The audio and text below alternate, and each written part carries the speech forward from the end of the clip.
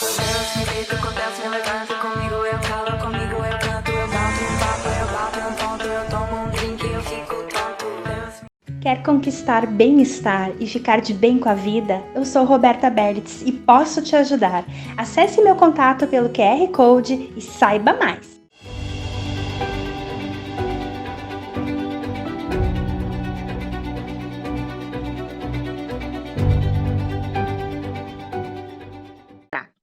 Não.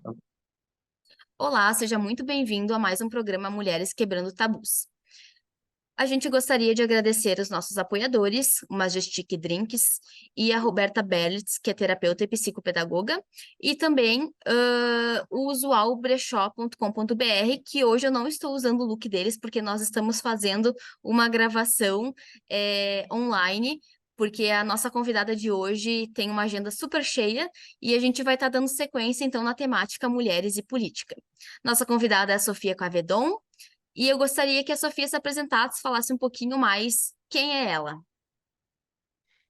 Obrigada, Janaína. Meu super abraço para ti, para o coletivo Quebrando Tabus. Eu sou professora, né? Eu sou filha de professora ali de Veranópolis, que agora a Janaína está trabalhando. E vim para Porto Alegre, Veranópolis é na Serra Gaúcha, né? Vim para Porto Alegre estudar na URGS, né? Fiz magistério lá e quando terminei o magistério, disputei o vestibular porque a minha mãe tinha essa questão para ela que os filhos fariam faculdade e eu corajosamente vim morar na casa de estudante, na CEURGS, né? Eu digo corajosa porque foi a primeira saída de casa. Meus irmãos também não estavam por aqui eu não tinha parentes. Então, foi uma experiência extraordinária morar na casa estudante por 1 ano e meio.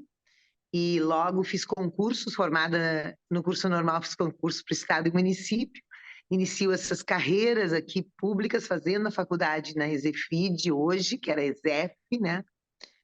E, e me envolvo, então, com a luta sindical nesses períodos de redemocratização, porque eu chego aqui em 82, a gente está com os ventos da democratizantes, os debates constituintes, e Porto Alegre ganha o Lívio Dutra, e eu já me envolvo nas administrações populares, em seguida, na disputa do plano de carreira dos professores, entro na Tempa, no Simpa, que são as entidades sindicais representativas dos trabalhadores públicos aqui, e aí acabo construindo, então, uma liderança que me leva à Secretaria de Educação, secretária adjunta, e me leva a ser alguém que o coletivo da transformação da educação entendeu que deveria representar no espaço político. Então, eu vou para a vereança no ano 2000, representando esse movimento de mudança da educação, de democratização da educação, de qualidade, de luta pelo salário, pela carreira dos professores, mas também de uma cidade com qualidade de vida inclusiva, né, que os municipários e municipárias faziam a sua parte na redemocratização aqui nos 16 anos das administrações populares. Então, foram 18 anos de vereadora na capital, presidenta da Câmara, secretária de Educação no meio desse período, até prefeita por 13 dias, substituindo o prefeito Portunati, em 2013, e me elejo, então, deputada estadual em 2018 e agora me reelegi para o segundo mandato. Então, estou no segundo mandato de deputada estadual com essa história, trajetória, com 2 filhos criados aqui, já casados, enfim, ainda não sou vovó. Já ficou a dica aí. Fica a Mas, dica. lembrando que cada mulher, né, cada casal tem a sua escolha de ter filhos ou não. Exatamente, exatamente. Sofia, eu queria que tu comentasse um pouco, porque essa tua luta, ela é política e ela foi por muitos anos política não partidária, né? Do como a gente é um ser político e nós mulheres somos mais políticas ainda. Eu queria que tu comentasse um pouco nesse sentido para estar levando a informação para as outras pessoas, para a gente desvincular um pouco desse ser político partidário. Sim, veja, a política se faz no teu trabalho, quando tu toma decisões, tu vai te mobilizar, não vai, tu gosta ou não gosta do salário, das condições, política a gente faz quando está no bairro, quando luta para ter coleta de lixo, para ter asfalto, para água saneada. Então, em todo o nosso papel de cidadãos e cidadãs, até política estudantil, né? A disputa de uma escola de qualidade, ser protagonista da tua escola, participar do Grêmio Estudantil, ou participar das decisões do conselho escolar. Então, tudo isso é política, porque política é participar da polis, né? A política partidária, ela é um estágio superior, né? Alguns vão dizer, não, eu não me envolvo com política, política... Não, é tu te organizar para disputar, apresentar à sociedade um projeto de sociedade e disputar que esse projeto ele se execute através da representação e do voto da população. E aí o nosso sistema político eleitoral diz, bom, é preciso que esses projetos sejam apresentados por um partido, por uma agremiação, né? E agora por uma federação, vários partidos podem se organizar numa federação. E a gente, é muito importante que quando a gente toma a decisão de tomar partido, eu então desejo esse tipo de sociedade, menos desigual, mais sustentável, menos violenta contra mulheres, meninas, crianças, mais libertária em relação à opção sexual. Bom, quando eu tomo partido, eu não posso abandonar a realização da política fora do partido, né? Isso é muito importante. Então, continuo lutando pelo meu bairro, pela minha cidade, pelas mulheres, me organizando em grupos de mulheres, sei lá, 1000 outras formas de se estabelecer na sociedade. Mas tem uma esfera política, um espaço de representatividade, que bem isso, né? Eu era professora, eu já estava lutando pelos nossos colegas, pelas escolas, pela cidade. Eu vou me filiar anos depois, quando eu entendo, quando eu começo a entender que ter ou não ter um plano de carreira dependia de escolhas dos gestores, e os gestores chegavam lá através de partidos políticos, e que partidos políticos têm os que acreditam que todo mundo tem um lugar para ser feliz, tem direito à dignidade, moradia, saúde e salário digno. Outros acham que uma parte é iluminada naturalmente, que a desigualdade é natural, que essa parte vai dirigir, que os outros, no máximo, vão ter uma medida compensatória para mal e mal sobreviver. Ora, tomando consciência de quem toma o poder e o que representa, tu te diz, não, eu não vou ficar fora disso, eu não vou ficar deixando eles decidirem. Então, para as mulheres, mais ainda se trabalhou a ideia de que elas não deviam estar nesses lugares tão poluídos, assim, tão corrompidos, né? São os homens que têm que ali fazer os negócios políticos, né? Então, às mulheres foi destinado historicamente o espaço privado, que daí não é o espaço da política, até a luta das mulheres gritarem: o pessoal é político. Até a luta das mulheres mostrarem que ter liberdade sobre o nosso corpo, ter liberdade em relação ao nosso marido, ter leis que nos defendem, que não nos permitem que nós sejamos violentadas, é político, né? Demorou para a gente dar esse passo, faz pouco, muito recentemente, a gente retirou do Código Civil que a gente era submetido ao marido, que tinha que pedir consentimento do marido até para fazer prevenção de gravidez. Então, o pessoal é político, mas as mulheres foram relegadas ao espaço pessoal e que se dizia não se mete a colher em briga de marido e mulher. Então, tem uma evolução muito bonita, mas que não é uma evolução, Janaína, que acompanha, ela ainda não acompanha a participação política das mulheres, ainda não acompanha a evolução da ideia de que o pessoal é político. E mais, nós também não conseguimos modificar a cultura que encaminha as mulheres para um lugar de menor salário, de menor autonomia, de menor liberdade e de segurança, né? A mulher continua sendo vítima de violência por ser mulher. Então, veja, a mudança cultural ainda, a superação do machismo não aconteceu, e a participação das mulheres na política é muito tímida, é muito pequena ainda. Então, assim, a gente precisa saber que isso não é natural, porque é a gente que pare, a gente que cuida de filho melhor que os outros. Não, isso é produzido. E quanto mais nós estamos fora da decisão política, dos espaços de poder, mais impacto sobre a nossa vida nós temos, né? Porque nós sabemos que um terceiro turno, quarto turno, responsabilidade exclusiva do lar, da família, da alimentação, nós é que sofremos quando não tem políticas públicas para isso, né? E na relação com os homens, nós sofremos violências e toda sorte de submissões. Então, eu gosto de misturar em vez de separar, né? Até de propósito, porque a gente tem que romper o preconceito com a política e romper com um discurso que nos tira da política, né? Dizendo que assim, política, futebol, religião, a gente não discute, sexo, não discute a opção sexual, equívoco. Quanto menos discute, mais erro a gente comete, mais os outros decidem por nós, né? Mais bobagem se faz e menos uma sociedade menos igual a gente tem. Certo.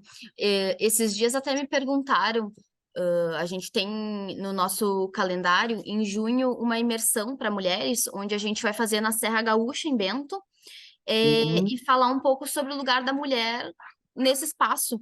Porque a gente vai nas vinícolas, a gente só escuta a história de que o homem fez isso e o homem fez aquilo. Então é uma provocação nossa do coletivo, eu fui atrás, né? E também para falar um pouco da história da mulher negra também nesse espaço. E uma pessoa me perguntou como é que era a imersão e se tinha viés político. E eu entendi o político que ela quis dizer, e eu disse, nós somos suprapartidários, né? Nós não...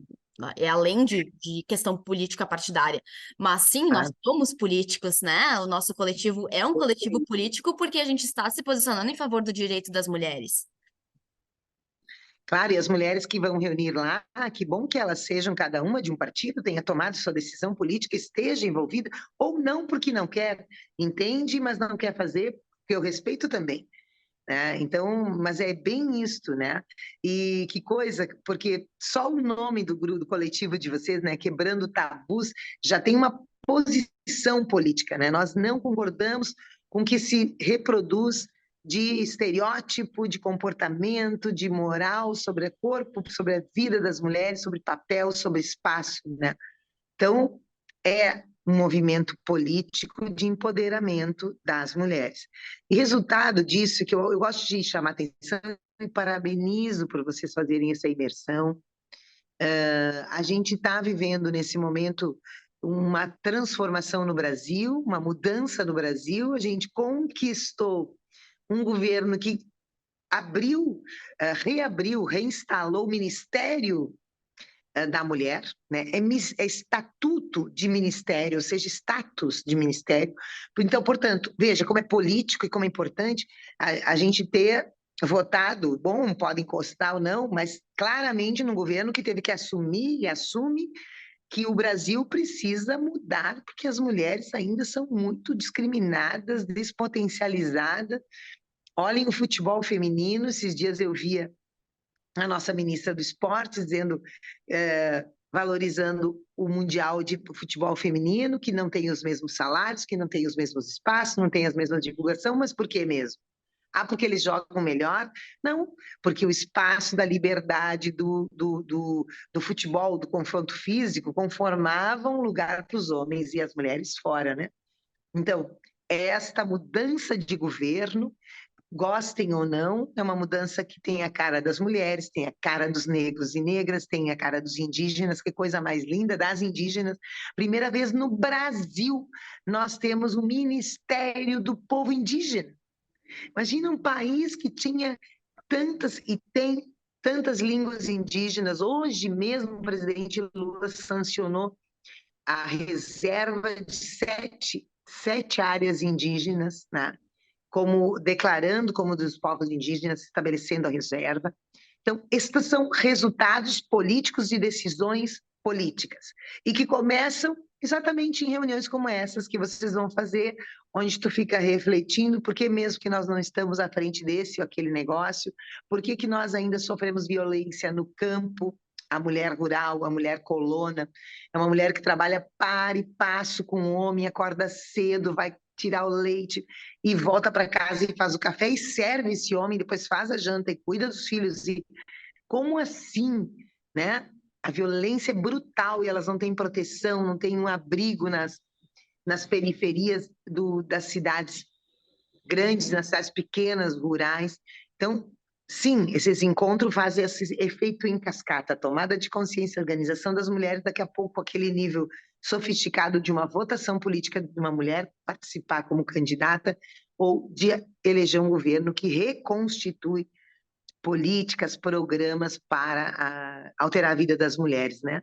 Agora, no dia 8 de março, o governo lançou a Casa da Mulher Brasileira, mínimo uma por estado, de novo, é uma política que está retomada, que é uma casa-abrigo, casa-atendimento unificado, né? Ele lançou, e lá na cultura, então é transversal, lá na cultura lançou o prêmio Carolina de Jesus, que está aberto, inclusive, que é para mulheres autorais, jovens autorais, para inscrever prêmio para sua literatura. Então, um governo que bebeu da luta das mulheres que conseguiram influenciar na política. Exatamente. Bom, se vocês ouvirem gritos é porque eu estou na escola ainda, então o pessoal tá jogando vôlei aqui empolgado aqui embaixo, mas foi o momento que a gente conseguiu gravar, né? Até fugir das minhas aulas nesse momento. Agradeço ao meu colega Marcos que esteve me substituindo ali na aula com os meus alunos. Eu queria, Sofia, que tu me contasse um pouquinho. Na verdade, não vai ser um, com certeza vão ser vários, né? Tabus que você quebrou por ser mulher, mas talvez um que mais tenha te impactado, e posteriormente um tabu por ser mulher na política, né? Sim, eu acho que tem um que é bem importante, assim, que ele é, para mim, dos mais fortes na minha vida, né? Porque a visão, inclusive Veranópolis, a nossa cultura italiana, que é uma cultura muito religiosa, porque, assim, quebrar tabus é muito pesado para as mulheres, porque é um processo reforçado pelos credos religiosos, pela imagem da Virgem Maria. Então, o fato de um casamento não terminar antes de que os dois morram juntos, né? Até que a morte os separe, né? Então, o meu casamento foi até os 25 anos, e é um casamento que eu tinha muita dificuldade, até hoje é um pouquinho melhor, que a minha mãe, por exemplo, ela compreenda que ela tem 90 anos, porque ela reproduzia esse tabu, ela dizia o seguinte: um casamento, uma casa, tem 4 pilares. 3 pilares é a mulher, 3, um é o homem. Se o homem faltar, a casa fica de pé. Se a mulher faltar, a casa cai. A mãe sempre repetia isso. Então, sobre as mulheres, tem essa questão de que se os filhos se desviarem, forem para o tráfico, se não estudarem, se derem mal, faltou uma mãe. Não está a mãe em casa, não está. Se o casamento. Se o homem trai, até se o homem trair, mas a mulher está fora de casa, não está em casa. Então, Não eu passei compareceu, não deu a devida atenção. Eu passei por esses processos muito menos em conflito com o meu marido, mas com a visão conservadora da igreja, da família, né? Reproduzida pela minha mãe, demonstrada na figura da minha mãe, que mostra como é forte essa responsabilização. As minhas irmãs passaram por isso também. E foi duro para mim, porque eu me lembro que quando eu separei, era menos, eu já sabia que já era hora, porque, bom, tinha limites nessa questão do Paulo superar o suportar, não, lidar legal com essa coisa de uma mulher fora. Já era, então, vereadora, uma secretária de educação, era muitos anos, fora no domingo, fora no sábado, enfim. Então, tem uma coisa meio difícil, assim, para quem tem uma visão mais tradicional de família. Mas a dificuldade maior não foi com ele ou com os filhos, foi com o esperado, e eu pensava assim, nossa, meu Deus, como é que eu posso lutar por tanta gente e eu não consegui garantir um lar perfeito para os meus filhos. Eu me lembro que eu dizia isso, eu sentia uma dor, digo, nossa, né? Eu não tô... Então, assim, foi uma quebra para dentro. Porque quando a gente diz, tô quebrando para fora. Claro que está evoluindo muito, outras mulheres vieram antes, né? Quantas mulheres apedrejadas, discriminadas, despossuídas, terminou a sua vida porque se separou, né? Isso era a geração da minha mãe, terminou a sua vida. Ou engravidou antes do casamento, terminava, assim, virava, né? Então, são tabus que quebraram antes, mas eu quis mostrar o quanto isso ainda pesa quando tu tem uma família religiosa, quando tu está num pesa muito para as mulheres. E por isso muitas mulheres não escolhem a política, não escolhem liderança, não escolhem o caminho árduo, que é um caminho de estar fora da casa. A casa parece que é a realização da mulher, né? O modelo é o casamento e a casa, né? Cada família, o lar. Pá. E essas rupturas, né? A Chinamanda, né? Dizia assim, não ensine isso para sua criança naquele pequeno livrinho como criar uma feminista. Não diga para sua criança que a sua realização, pequenininha, a sua realização vai ser o casamento, né? Porque senão isso fica muito forte, muito pesado para depois tu fazer essa ruptura. Sim, e acho importante a gente destacar que nós temos um entendimento já dessa questão da influência da religião na mulher, mas a crítica se faz a todas as religiões, e não que você não possa ser, eu conheço muitas mulheres que são, né, cristãs e feministas, então uma coisa não tem a ver com a outra, e dá muito bem para tu lutar pelo direito das mulheres, ser religioso, né, religiosa, e saber criticar. A gente pode criticar de todas as formas, em qualquer lugar, em qualquer instância, e é importante a gente conseguir ter esse olhar tanto para dentro quanto para fora. E está comprovado em estudos, né, que a zonas que têm mais influência religiosa há um maior índice de violência contra a mulher. Então, porque se acredita muito nessa supremacia do homem, né? De que a palavra final é do homem, de que a mulher tem que se curvar ao homem. Então, é importante a gente estar levando essa informação para outras pessoas, não no intuito de que vocês não devam mais frequentar, né, os seus locais de religião, mas sim de que a gente sempre tem que ficar com os olhos abertos e vigiar, digamos assim, né?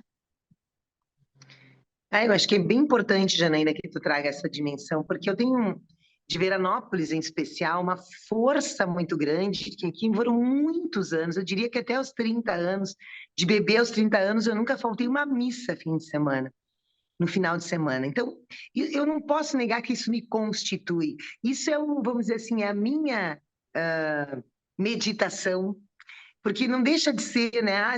Pois é, mais moderno, libertário é a yoga, ou é a meditação, mas as repetições, todo o processo de missa, são, de alguma forma, em todas as religiões, são repetições de sons, de frases, de cânticos, são formas de introjeção, meditação. Então, eu sempre reconheço e digo, a religião, ela é uma construção humana, as formas de expressar a tua ligação, né, com algum sentido, porque senão a gente andaria por aí autômata, até mesmo com o sentido de sermos parte do mesmo plano, da mesma terra, ar, enfim. E, claro, agora a gente tem que saber que quando se reproduz alguns modelos, a gente não precisa entrar em guerra, mas a gente pode problematizar, a gente pode criar outras estratégias.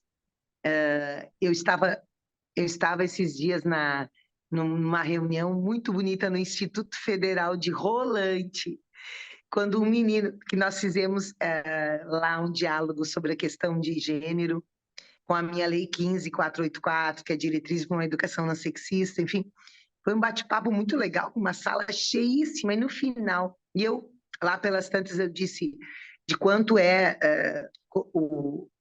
como se reproduz, né? Uma das sutilezas é que, assim, as mães, no intuito de proteger as meninas, dizem, não, minha menina não vai andar de minissaia porque ela vai se tornar alvo, ou a escola padronizando roupa, controlando roupa das meninas, e aí eu problematizando, dizendo o que isso significa, o que isso sinaliza para os meninos, né? Que eles estão na natural, é o natural deles avançar, quem tem que se proteger são as mulheres. Ora, onde é que se viu nós continuar reproduzindo isso e as pessoas reproduziam em tese para proteger as meninas? E aí ele, no final, veio um menino falar comigo e disse assim, professora, eu queria te contar que eu recém fiz crisma, tem um ano, e a minha catequista, ela disse isso, ai, essas gurias não têm vergonha, são elas que acabam produzindo.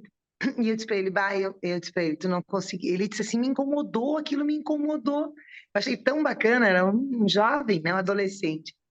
E ele disse que comentou com os pais, ele disse, ah, eu não fui capaz de contestá-la, mas eu comentei com meu pai e com a minha mãe. Então, se a família percebe, ela pode ir lá falar com a catequista, enfim. Então, veja como vai, através da suposta moralidade, né, a gente vai autorizando os meninos a serem agressivos, a avançarem sobre o teu corpo e não respeitarem o teu não, né? E isso está ligado em grande medida à religião, mas a gente sabe que o grande construtor do machismo é o capitalismo. O capitalismo, a formação dos estados nacionais, a passagem do feudalismo para o capitalismo, a caça às bruxas, foi um movimento dos estados nacionais controlarem o corpo da mulher para controlar o nascidouro, os nascidos, os operários para a Revolução Industrial. E as mulheres que nos burgos, né, no feudalismo, elas desenvolveram poções, elas eram parteiras, elas curavam as doenças, elas eram aborteiras. Estas mulheres foram caçadas como bruxas. E o Estado passou a controlar quem engravidava, como engravidava, estabelecer regras para a família, estabelecer a submissão da mulher. E a gente, nesse período, a gente foi colonizado. E foram caçadas bruxas aqui no México, em vários países da América, né?